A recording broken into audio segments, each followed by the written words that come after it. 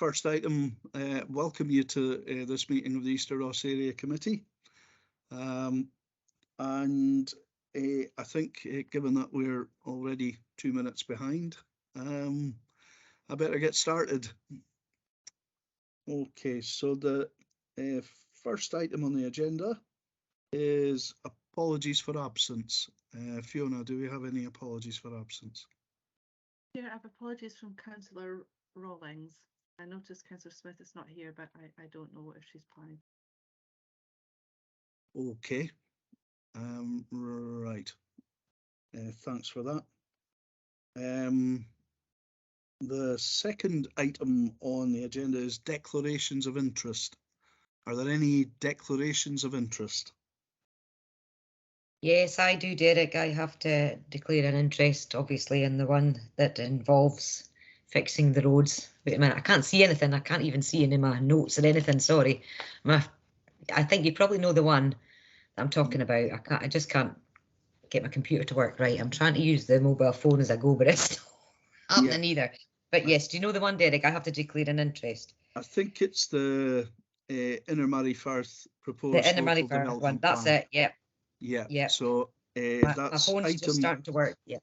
Yeah, that's item 4 on the agenda. Item number 4. Yeah. Yeah.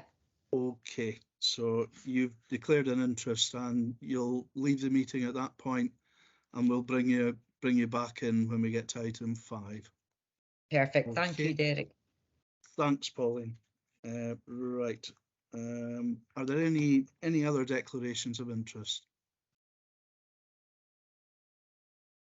Okay, so item 4 on the agenda is the Inner Murray Firth proposed local development plan 2, and we've got a number of officers here. I think Tim, I think, said that Douglas was leading on this. So, sorry, Chair. Tim? It'll be myself. That there's a short presentation first, but Douglas is able to answer any points of detail. Basically, Douglas Chisholm has led on Invergordon, the detail for Invergordon, the opportunity Cromarty Firth side of things. Julianne Bain, who's also on the call, is dealt with the detail for Everton, Alness, Tain, and Seaboard. So as I say, I'll do a very brief presentation and then hand back to you, Chair, for any points of detail. I'm not like we did a year ago. I'm not intending to go through all the detail of all of the maps. So. Okay. Right. Thanks, Tim, for keeping me right. And over to you for the introduction. Thank you very much. Julianne's going to share her screen to display the presentation, so I'll just wait for that to kick in. Okay, just that's shown, Tim. Yes, it's showing. Yes, it's not in slide view yet. Oh, has it? Sorry, I thought it into slide view. Where is it? Sorry, it's done. It's gone over to my other screen. I'll on-share and I'll reshare my different screen. Okay. Thank you. Is that it now? Yes. Yep. Okay. There's slides before that. Julianne, can you go back some slides? I think there's 2 to go back at least. Can you go up a slide?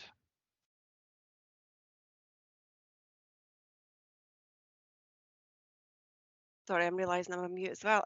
My screen has completely frozen on me. It's frozen, right? Okay. Yeah, hold on, because it's showing as the very first slide. Right. I think we could. I think we could make do with the right. Okay. The slides. We'll try third time lucky. Okay. Right. We'll try again. Fingers crossed. Oh, I don't know what is wrong with this It's okay. Sorry. Let's. Can you go back to not being in slide mode and see if Yeah, see I if they think I'll work there, try because that. I think Yeah, the writing yeah, was quite big. because I'm Okay. when I go into slideshow, it is on the very first slide, but it Okay. doesn't appear to be that whenever I. If Right. yeah, if Fourth you just time go into lucky. slide sort of view, and we'll cope with that. Yeah. Right. Brilliant. Thank you very much.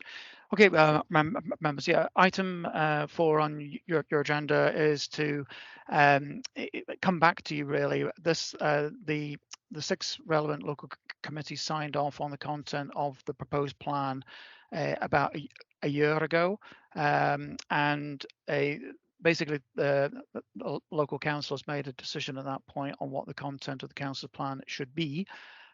This slide shows you how far we are on in the plan process. It began way back in 2019 when we invited initial ideas for new sites to be earmarked for future development.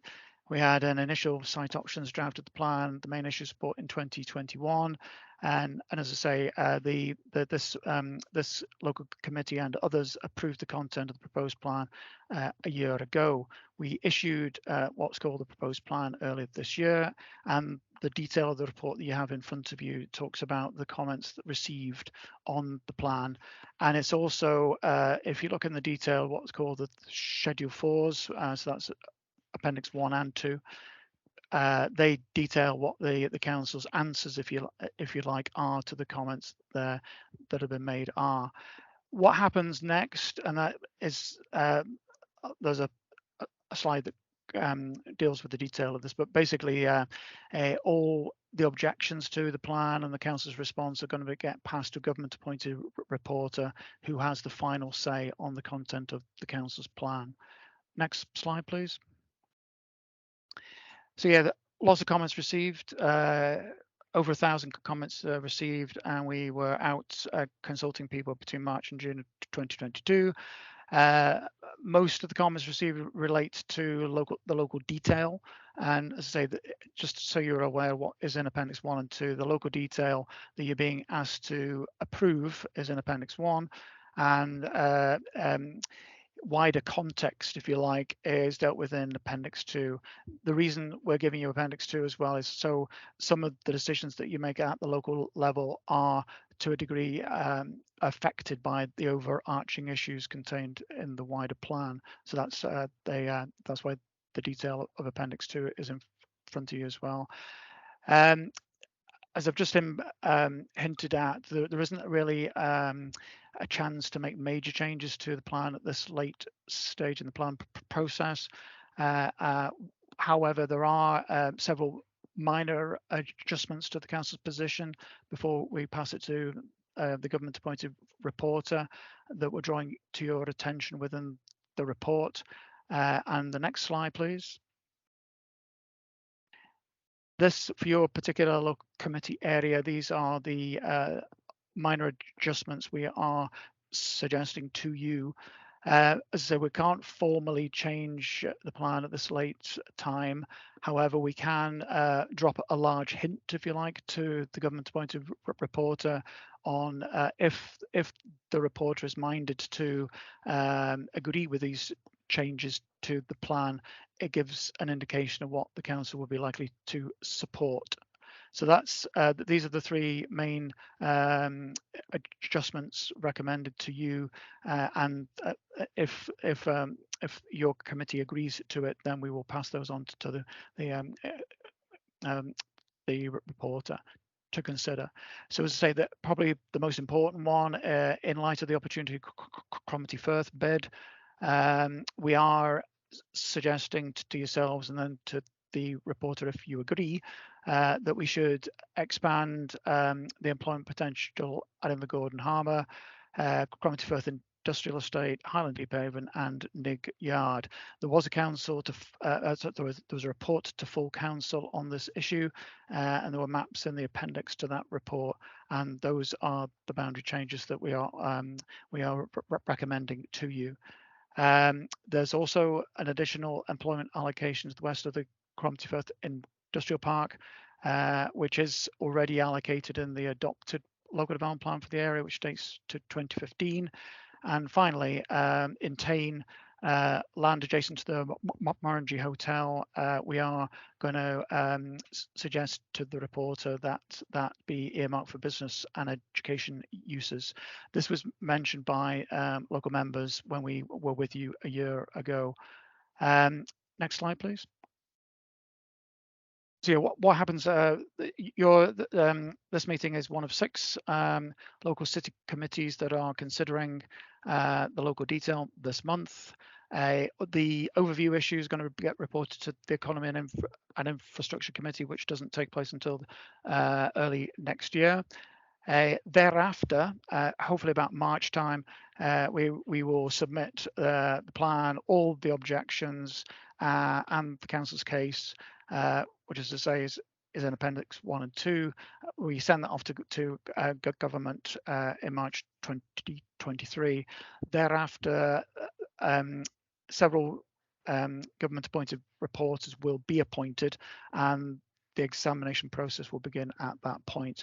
It is the target government have or give the reporters is to report back within 6 months. In practice, it takes about 9 months. So we would expect the answers, if you like, the final answers on the content of the plan to arrive back with the council in early 2024. Next slide, please. So that's it, members. That's as I say, that's quite a brief overview. I haven't gone into any of the local detail at all, really, in terms of the maps. And as I say, Julianne and Douglas are on hand to answer any points of detail that you may have.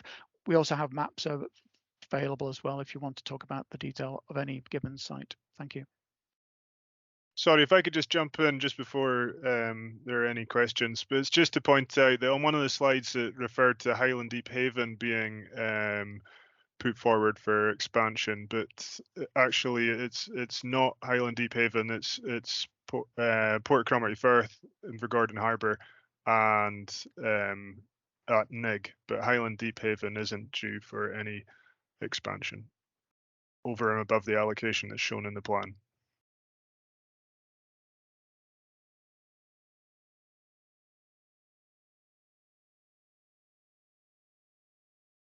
Okay. Yeah, I seem to remember the comments on the Highland Deep Haven being regarding the layout of, I think there are two separate divisions there, and I think they were possibly trying to combine the two. I don't know. Is that maybe what the reference was? What the reference was for, and also the introduction of a rail halt, which I think was something that maybe we were trying to highlight there. Just a suggestion. I don't know exactly whether that's right. In terms of we'll be asked to move the recommendations, and I'll come back to them a bit later. But I wanted to see if we could agree an amendment, which I've shared with the clerk, and I don't know, Fiona, if you're able to. Can you share that in the chat or on the screen? No problem. I can put that in the chat right now. Okay. I don't think there's anything controversial in the amendment, but if I propose the amendment, I'd need one of my colleagues to second it once it's appeared in the chat.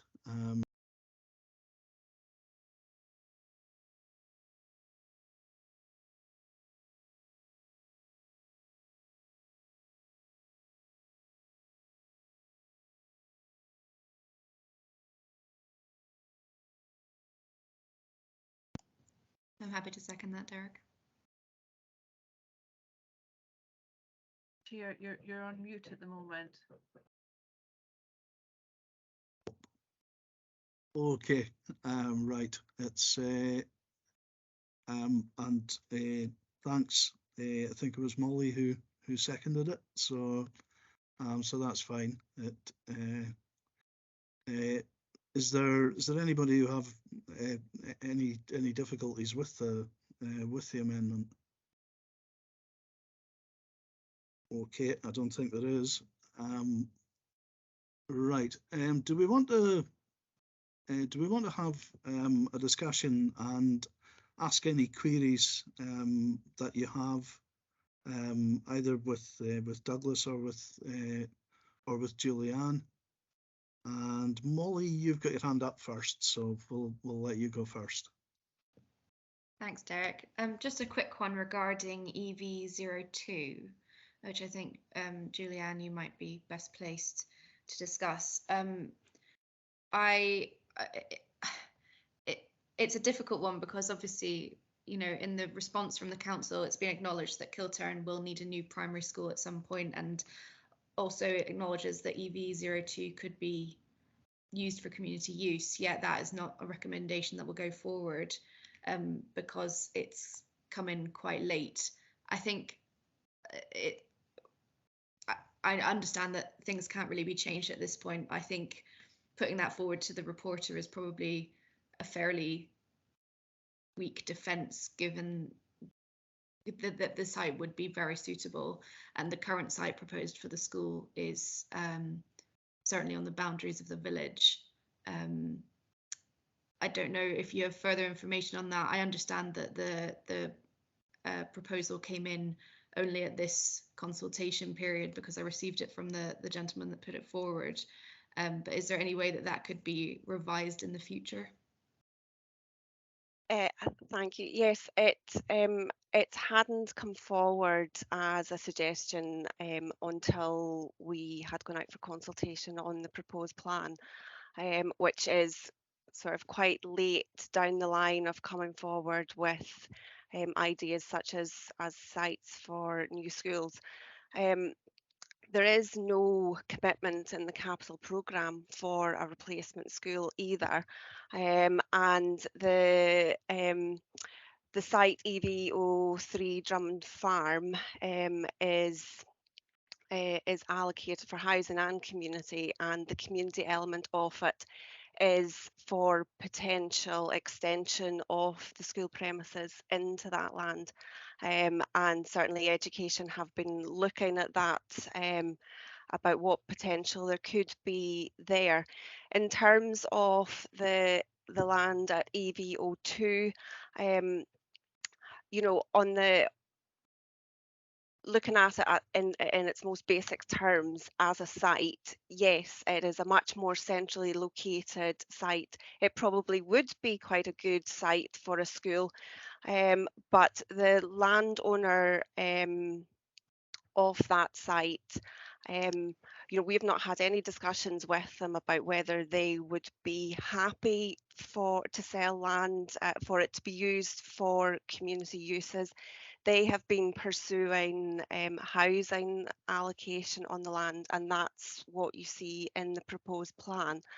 I think with the absence of nothing being in the capital programme for a new school, I think at this stage, having the land for expansion at EV03 Drummond Farm is probably the best option at this stage. But equally, you know, time moves forward, and maybe it is longer term. It is something that we should be looking at and starting those discussions with the landowner and with education.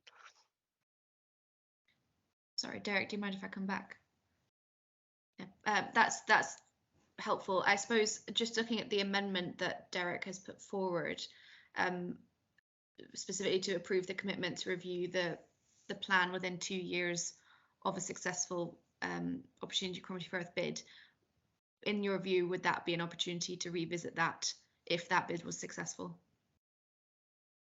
If we were reviewing the IMF plan, then we'd be looking at all of the settlements with IMF and things can move forward quite quickly. We don't know what OCF will bring, and yes, it would be an opportunity to look at that again. Yes. Thank you very much. Okay, Molly, thanks for raising that. Are there any other members who want to raise any issues with the officers? Okay, right. Well, I'll have a go myself. I promise I'll be finished by lunchtime. I just skipping through it. In Alness, I think the requirement was 303 houses over 10 years. But the reason I've raised the amendments, part of this seems to be in danger of being constrained. Further expansion of housing seems to be in danger of being constrained by Transport Scotland and the road junctions. And it seems that almost all the way along the A9, from Eventon to Alness, and it sort of continues to Invergordon and through to Tain. I think Transport Scotland are keen to discuss. They've commented on this at every settlement. So that's one of the points that I've raised, is to request the leader of the council to enter a dialogue with Transport Scotland, because if the OCF bid is successful, there may be a demand for greater housing. So that discussion, I think, if we start that now, probably makes sense to do that. But I'd ask for your comments on that. Also in Alness, there was one proposal for retirement assisted living, and that was rejected on the basis of location. But I saw that another site had been rejected closer to the centre of town. That wasn't for retirement assisted living, so it was almost as if it was the right idea in the wrong place, and the other location didn't have that as a suggestion. In Eventon, the reopening of the rail halt, I think that's been a long-term policy that the Easter Ross Area Committee has supported for a long period of time. So it's good to see that managing to get a mention. In Invergordon, I found it quite difficult. I thought there would have been a plan. Transport Scotland would have had a plan in place for the Tomic Junction, and I was surprised they seemed to be suggesting that they were going to that they didn't have one, and we're going to go through that process now. But certainly, again, that's one of the items covered in the amendment. I think dialogue on that is an issue. That one's less to do with housing and more to do with the expansion of the development area for Opportunity Cromarty Firth. But I think it's important there as well to have that discussion.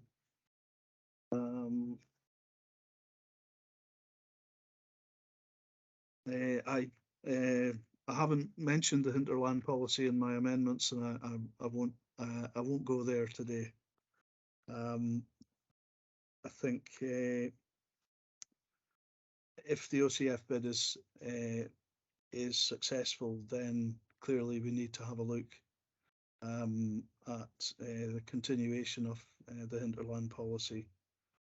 So we'll come back to that in a few weeks when that decision is made.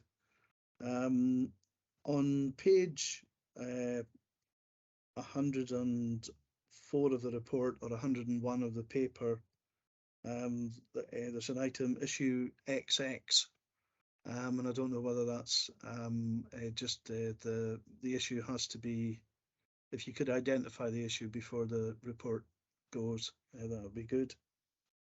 Page 111 or 108, seems merit should be changed to sees merit, and on page 113 of the paper or 116 of the report, pitcaseline changed to pitcalzine. It's just one or two typos I picked up.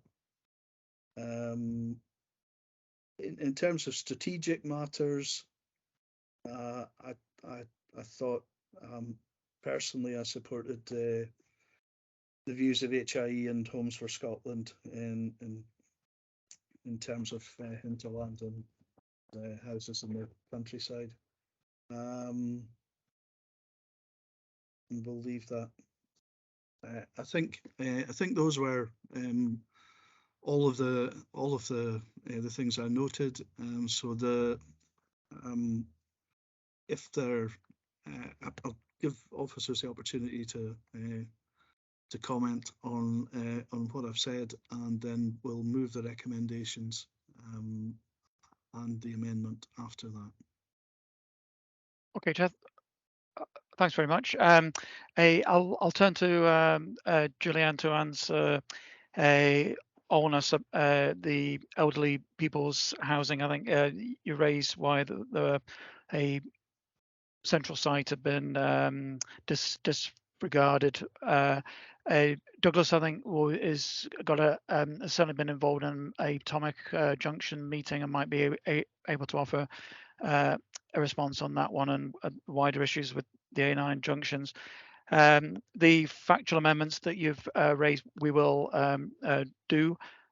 Thank you very much. And sorry, in terms of your recommendations, that they're fine from our point of view. Just to say that the new Planning Act comes into operation early next year. New style local development plans can be prepared at that point. We are intending to do a new style local development plan under the 2019 Act provisions, and that will we will commence work on that in 2023, and that will be an opportunity to look again at any site or sites or issues that you would like to see done. So I'll hand over to maybe to Julianne first, if that's okay, to respond to your query re Allness. Yes, so in Allness, it was, one of the comments was about a site that's allocated in the proposed plans. That was AL09, and that was allocated for business and light industrial use. So there was an objection seeking an additional use to be added to the land for retirement housing. And the reason behind that was due to the proximity to the adjacent nursing home. In terms of location of the site, I didn't feel it was particularly well located for that kind of housing. Yes, it might be adjacent to a nursing home, but a nursing home is a unit. It's not necessarily somewhere that other people can go into for other services. So I didn't feel it was particularly suited to that kind of housing use. The other site you referred to, I assume, is at River Drive. So it's not an allocated site. It is, however, within the SDA. My sort of view on that site was that we're trying to continue to promote other industrial uses around that area. So you've got the industrial estate, you've got the distillery, and perhaps introducing lots of housing into an area where we're still trying to promote employment uses may not be the best place to introduce, you start to create potential complaints of noise and smell and so forth in the future. It sits within the SDA, within the settlement boundary of Allness. So, it's free for anybody to put planning application in, but I didn't feel it was appropriate to start to promote housing adjacent to existing employment uses and areas where we're encouraging employment uses to continue. Okay, yeah, I think on that it was really retirement assisted living and whether there were any areas identified for that that would be suitable for that.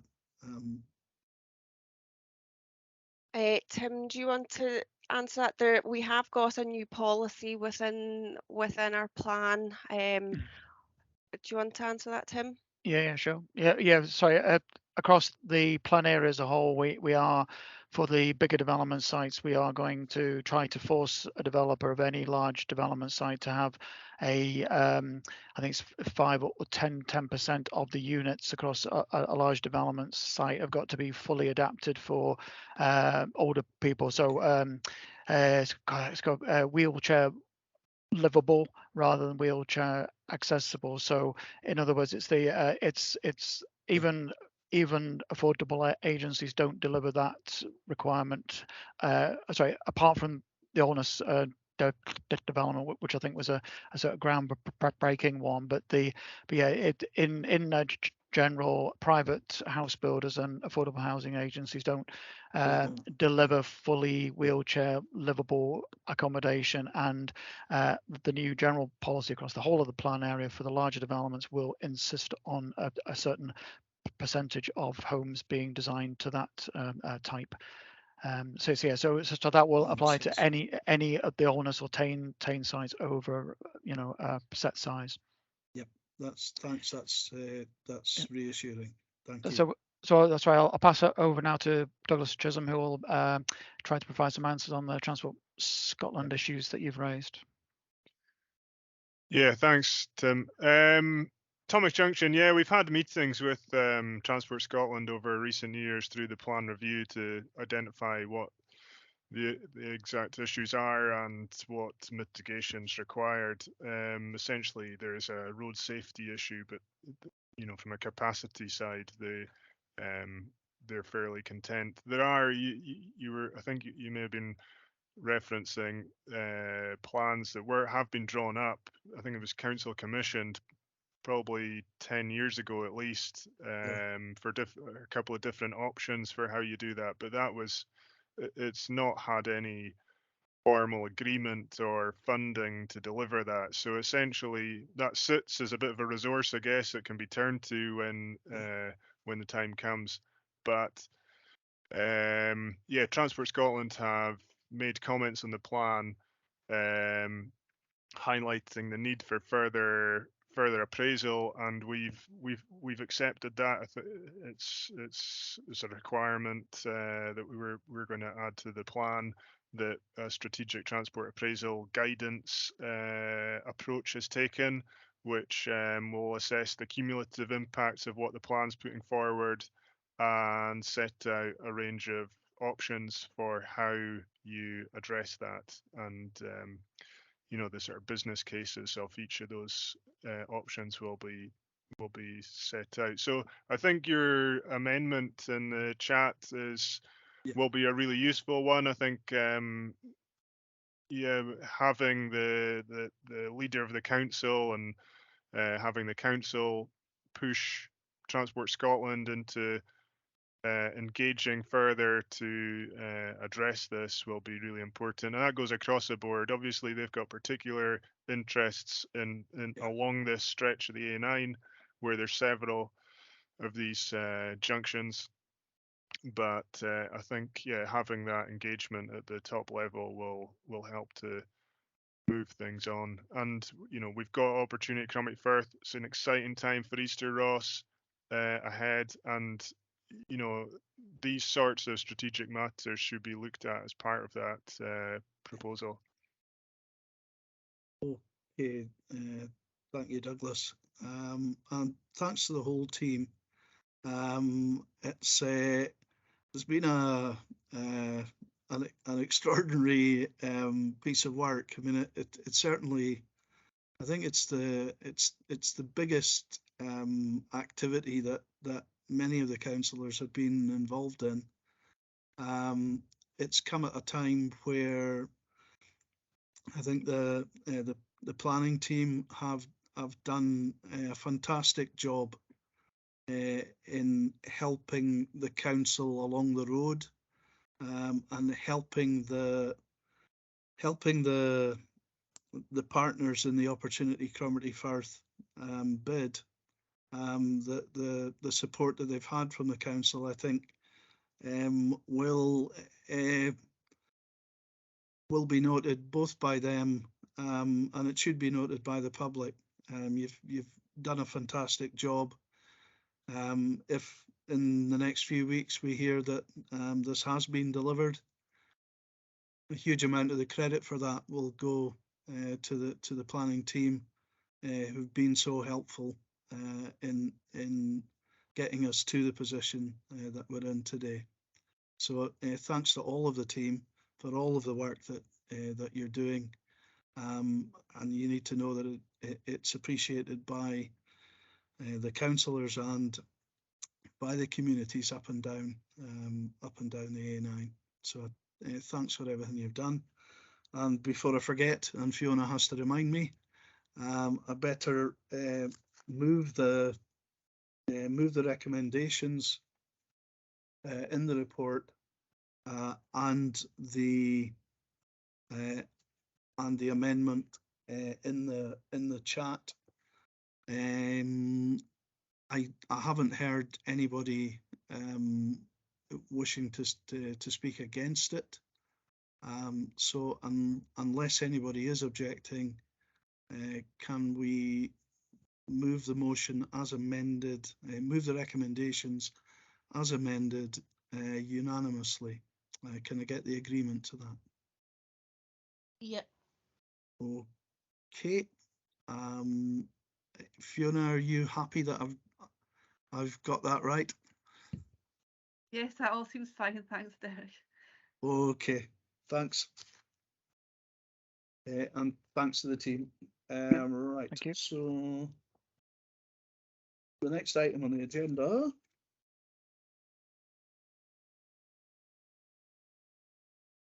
is in the supplementary papers, which is the first thing I should have done is can we invite Pauline Monroe back in? Yeah.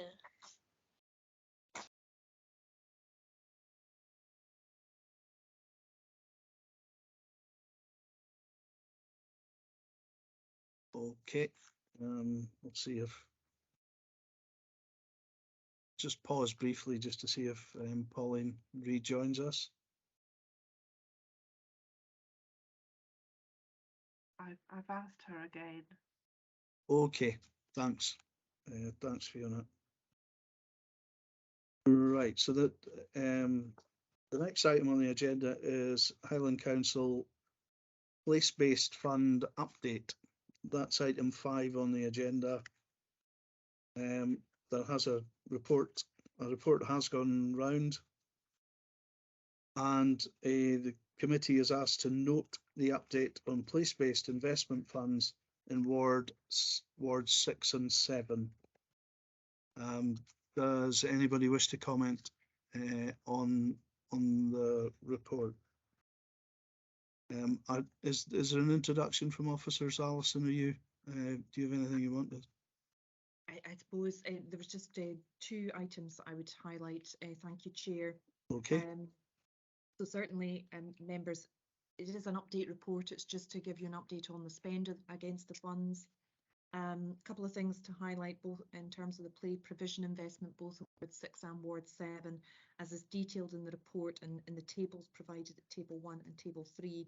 You'll see that there have been some delays in getting the equipment in place. The commitment's still there, but there have been quite significant challenges in putting that in place. A combination of delays from actually ordering the equipment, getting the equipment in place. There's quite a demand for that across the country at the moment, and also delays in staffing shortages from the external contractors in terms of installation. So there's updates in tables 1 and table 3 in terms of the progress against that, and we'll keep you updated in terms of getting that equipment in place. It is all planned and underway, but there have been a few delays in getting that in. One other item that I'd indicated that there would be a verbal update in relation to South Lodge School, the play equipment there, that is also experiencing the same delays as being experienced across the other parts of the ward, and so the equipment is expected to be in place shortly. And I think those were probably the main elements that I wish to highlight, but certainly happy to take any questions. And John Mackay, the North Amenities Manager, is also here to take any questions on that. Chair. Thanks, Alison. Do any of the members wish to put any questions on this item? Yeah, Alison, I'll come in quickly. I know you have answered my email regarding the Allness community toilet on this matter, and if you can explain how would you like the community to go ahead and take ownership of this issue so that we can get it up and running soon, that'll be great. Thank you. Thanks, Tamala. And Molly, you've a question as well. Yes, I think I've been in touch with John about delays to getting the play equipment installed in Saltburn, which is obviously not part of this funding, but there are similar issues. Is that the delay that you're experiencing with this, as well as it essentially just trying to get a contractor in, or is there an aim to do it in-house? Thanks. Alison? Thank you, Chair. I'll take the first one if I may, and hand on the second one, Councillor Nolan's one, to John, who I'm seeing is in the meeting. Certainly, Councillor Collier, where the proposal would be to actually work with the community support coordinators, amenities officers as well, and along with the community to identify which group may be interested in taking on the toilet. So we would propose to have a community-based meeting quite shortly, include yourselves in that discussion as well, how best we can take this forward and make this work locally. Thank you. Thanks. John, over to you. Hi. Yes, thanks, Chair. We're having issues with really everything for supply and installation with play parks. The contractors, obviously throughout Scotland, they're very, very busy now that the Scottish Government money is coming through, and they're having staffing issues. And to get approved contractors, there's one in Aberdeen that are essentially, they're actually tied to the manufacturers of the equipment. So they're very, very difficult to get a hold of. We have another reasonably local contractor, but they're absolutely flat out as well. And we did get them in to do one play park that was not in your area, and they promised us they'd be in May, and I think it was the start of August we got them in, and we have been trying to engage with them, and at the moment we're not getting anywhere on although we have started our play technicians now, so we can do a lot of the smaller installations, but the big installations, then obviously that needs a much bigger team to come in and do. So we are moving ahead. We've hopefully, I haven't actually checked, but we were due to start in Fern and Nig this week, so I'm hoping that's gone underway. On the supply issue, some things we can get okay, and other things you get made promises 6 weeks, 3 months later, 6 months later, we're still waiting. I know one of my amenities officers, we had a meeting this morning, and they got a quote for, it's Robina wood that comes from Europe, the kit, and the lead-in time was 30 months. That's what we were given this morning. Although some kit, if it's steel kit, you may get it a bit, well, obviously a lot quicker than that.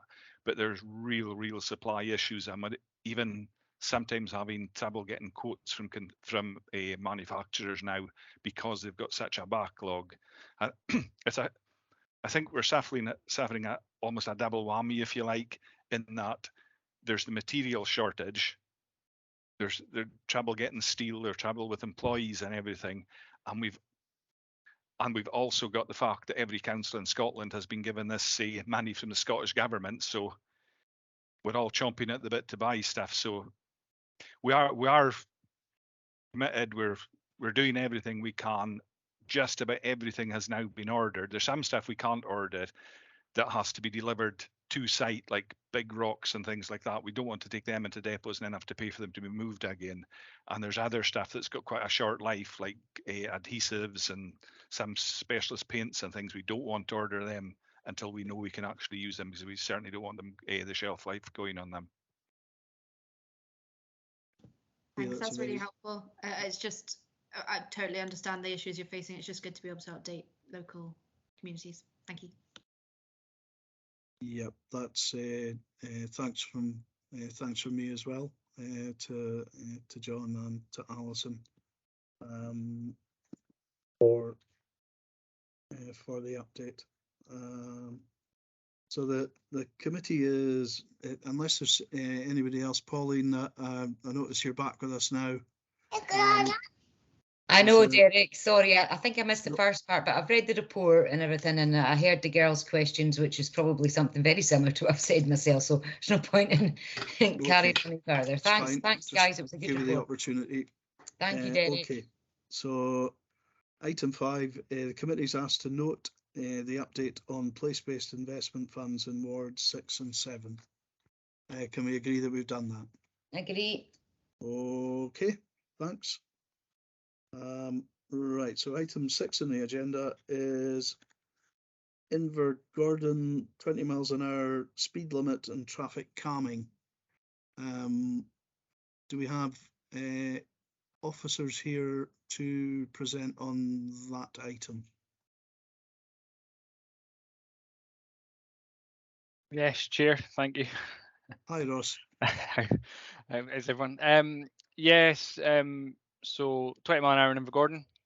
I won't go through in great detail, but during the consultation process, we've had objections to both the 20 mile an hour limit on certain streets and the traffic calming, as detailed in the report.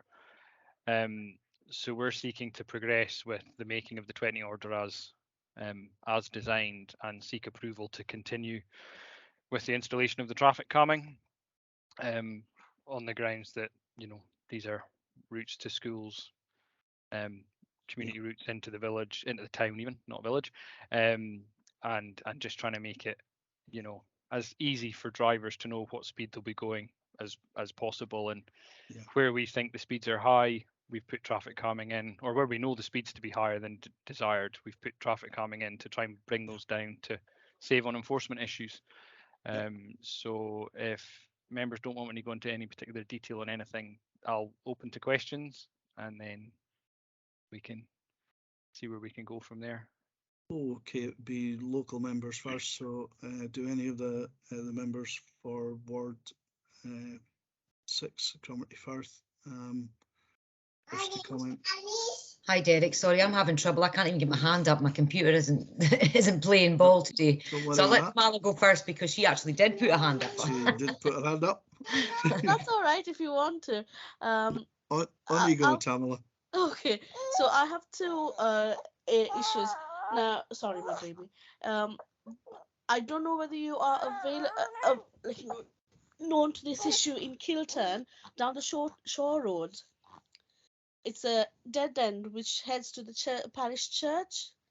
I've been contacted by a couple of constituents that way, mentioning that the people are using that road, and lots of speeding happening down that way, and they requested for a what do you call the traffic survey to be speed survey, speed survey to be arranged. I have requested Shane Manning in an email to see if he can allocate that do you think it is possible to get something sorted for that area? I'm not 100% sure. I'd need to Google where that area is exactly. All right, okay. But if it's not part of the 20 program, if you want to drop me an email, it'll either be Shane Manning or probably Trevor in the area roads team that would put a speed survey out for you. If it's not related to the 20, so either of those people should be able to help you out with that. But if you want to drop me an email, I can just confirm that for you. That's lovely. Thank with that you. detail. Okay, Tamala, have you any other issues on that?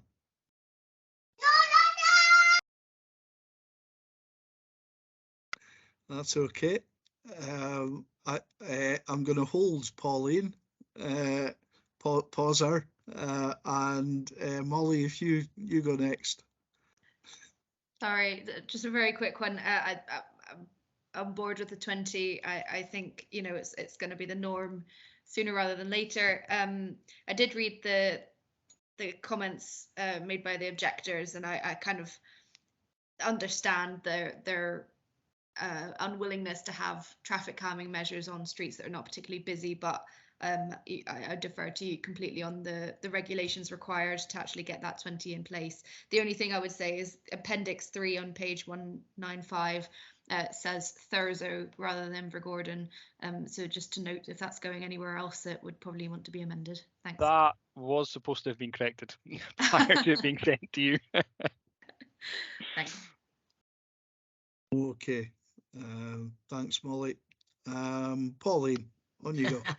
I know my granddaughter walked in. I'm just having a really good day, haven't I? Anyway, yes, I absolutely am delighted with the plans as they are, because I know certainly when you put it in Allness, a few people complain, but what a difference it has made. It does make people stop and think to slow down. So yeah, I'm completely on board with it. Yeah, Saltburn, Tamala, very, very well put that well, because I've also had a few complaints about the same said road. And if anybody wants to come out, Ross, we're happy to go show them the said road. It's not a problem. But yeah, I'm on board with everything. And yes, Molly, I did notice that, and I just thought, oh no, he's going to fix that. Thank you, guys. Okay, I think we're done at that. So members are asked to note the background to the proposed 20 miles an hour speed limit order and supporting traffic calming in Invergordon. Consider the objections made to the Highland Council in Invergordon 20 miles an hour speed limit order 2022 in accordance with the regulations and not withdrawn. 3. Consider the objections made to the supporting traffic calming in accordance with the regulations and not withdrawn. And 4. Subject to 1. Approve the making of the road traffic regulation order. And 5. Subject to 2. Approve the construction of the traffic calming in Invergordon. Are all members in agreement? Yes. Okay, Ross, I think if Fiona's happy that we've done everything we're required to do, that's that item concluded, and we can move on to item 7, which is the housing performance report. Good afternoon, members. Afternoon. Hello, Hi. Donna. Hi. I'll be presenting the housing performance report from 1st of April to 30th September for the Cromarty Firth and Tainry Strass wards. So I trust that all members have had the opportunity to read the report. So I'll just highlight a few of the kind of key performance indicators that I want to bring your attention to. So under the repairs section, emergency repairs continue to perform well within the target of 14 hours, with improvements noted in the Cromarty Firth ward. So all is good in our emergency repairs service.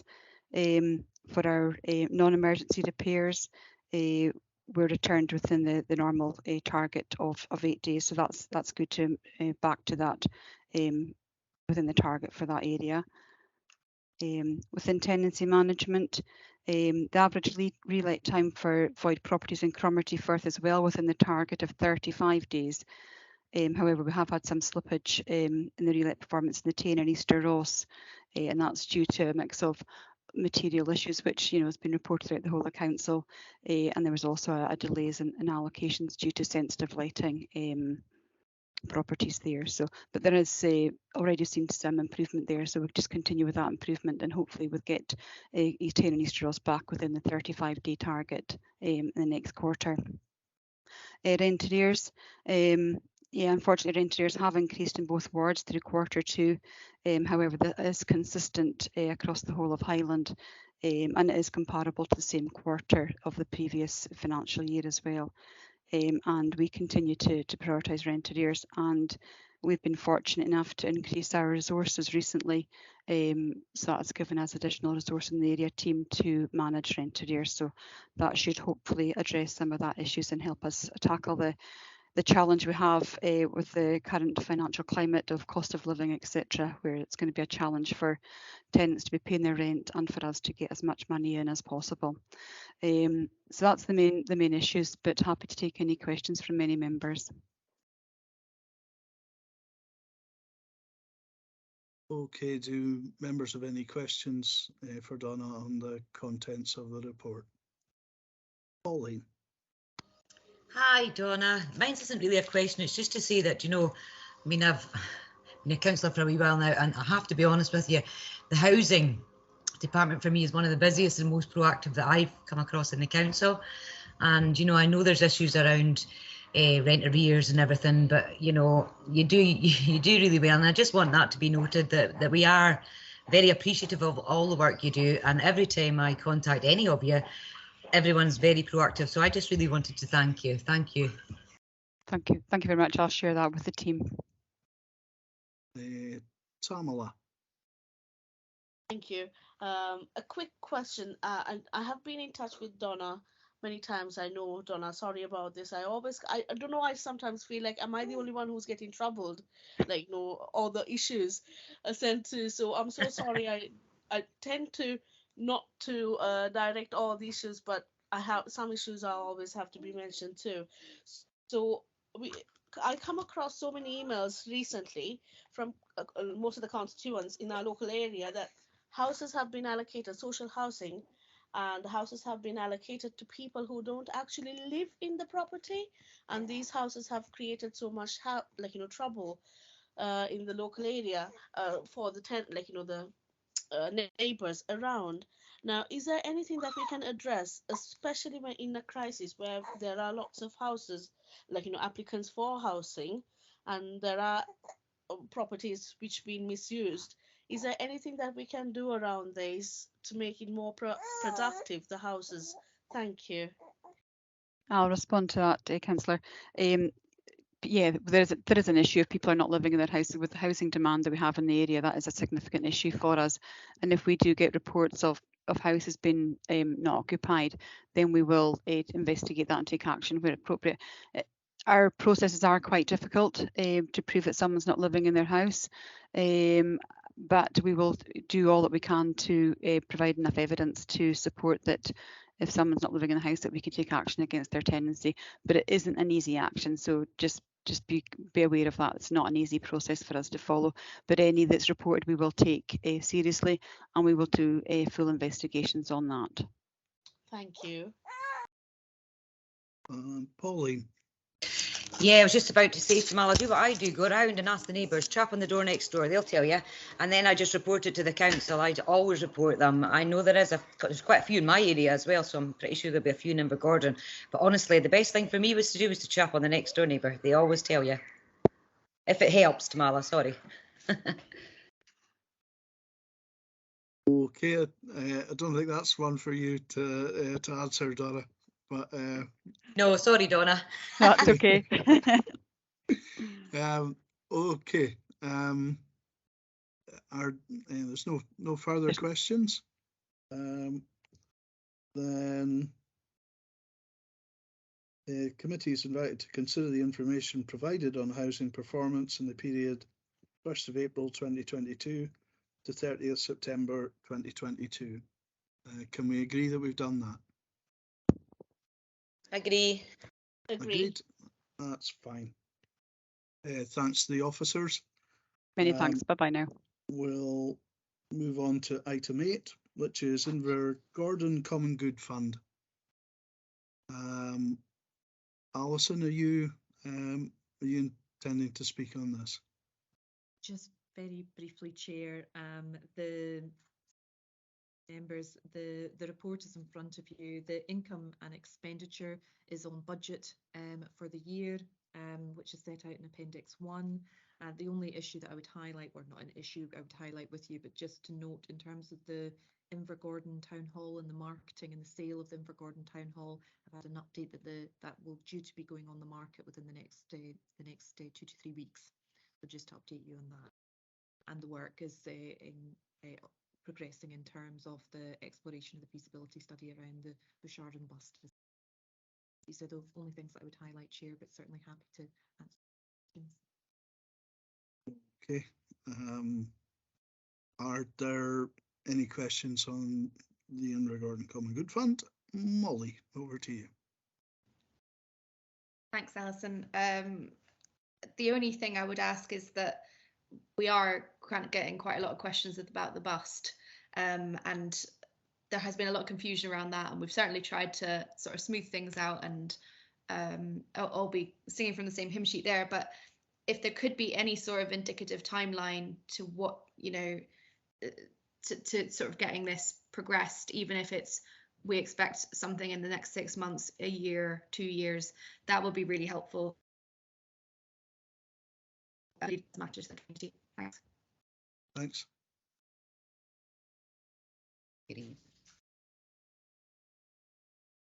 Okay, Alison. Yes, certainly, Councillor.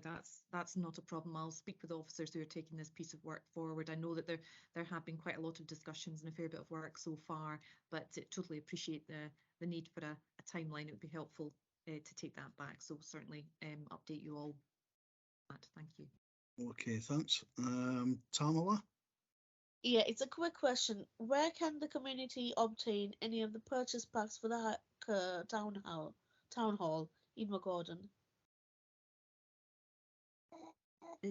The details will all be on our website, and we can circulate the link and the particulars to yourselves as members if you're wishing to share that within the wider community, but certainly happy to do that. That would be lovely. Thank you. Okay, I'm noticing that Mark Rogers is online as well. Maybe Mark could help in that regard. Mark, do you have anything to add? Mark's computer is as good as mine.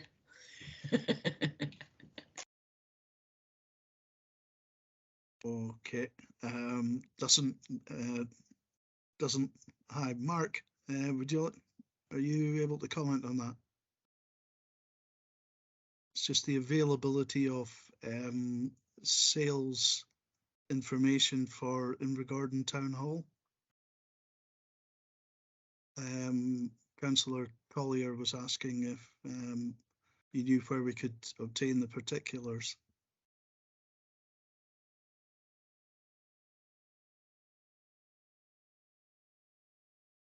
Okay, I think we'll move on, and maybe we'll take that item offline. But in regards to Invergordon Common Good Fund, the committee is invited to scrutinise and note the Q2 monitoring statement for the Invergordon Common Good Fund, and to the update on current Invergordon Common Good issues. Can we agree that we've done that? It's agreed. Agree. Okay. So we'll move on to item 9, which is a similar report on Tane Common Good Fund. And Alison, over to you. Thank you, Chair. And just before I just make some brief comments regarding that, colleague has just got back to me just to confirm that the details will be on the council's website, Facebook and Twitter, as well as a commercial property site called Nova Loca. of which I will get the details and circulate to you all as members. That would be good. Thank you. So in terms of moving on to the Tain Common Good Fund, this is the Q2 monitoring report, similar to Invergordon. A couple of things to highlight here. In terms of the income, apologies members, there is a slight error in the text here. The income is actually not expected to be on target for the year. The income is expected to be above target for the year, which is better than it being below target, but it is still expected to be above target for the year, and that's due to the income and the proceeds from the sale of part of the Larlaith unit, which has been credited to the fund during Q2. So that's now showing in the monitoring statement, and therefore that's why the income outturn is expected to be higher for the year. Expenditure is all on budget, and there is just a note and a highlight to say that the resurfacing work on the golf club road that had been previously agreed has now been completed. So just to update members on position. No other remarks particularly from myself, but certainly happy to take any queries or questions on that. Okay, do any members have any queries on the Tain Common Good Fund report, or any comments they would wish to make? I think from my own point of view, thank you for the report. We do have balances in hand which earn a very low rate of return, and I wonder if perhaps officers could take away, have a look at whether it would be appropriate, maybe bring a paper forward to the next area committee, whether it would be appropriate for the balance in whole or in part to be invested through the pension committee, as a number of other common good funds are, and perhaps bring a paper forward on the possibility of us doing that at a future meeting. Thank you, Chair. Certainly happy to speak and consult with finance colleagues regarding that and report back to a future meeting. That's fine. Okay. Thank you very much for that. Okay, so under item 9, the committee is invited to scrutinise and note the Q2 monitoring statements for the Tain Common Good Fund, and note the update on current Tain Common Good issues. Can we agree that we've done that? Agree. Okay, thanks. The last item on the agenda is item 10, the minutes. Circulated for noting the minutes of the meeting of the Easter Ross Area Committee held on 5th September 2022, which were approved by the Council on 22nd of September. So can we agree to note the Easter Ross Area minutes from the September meeting? Agreed. Agreed. Okay, then I think, unless I'm told otherwise, we've made it to the end of this meeting of the Easter Ross Area Committee.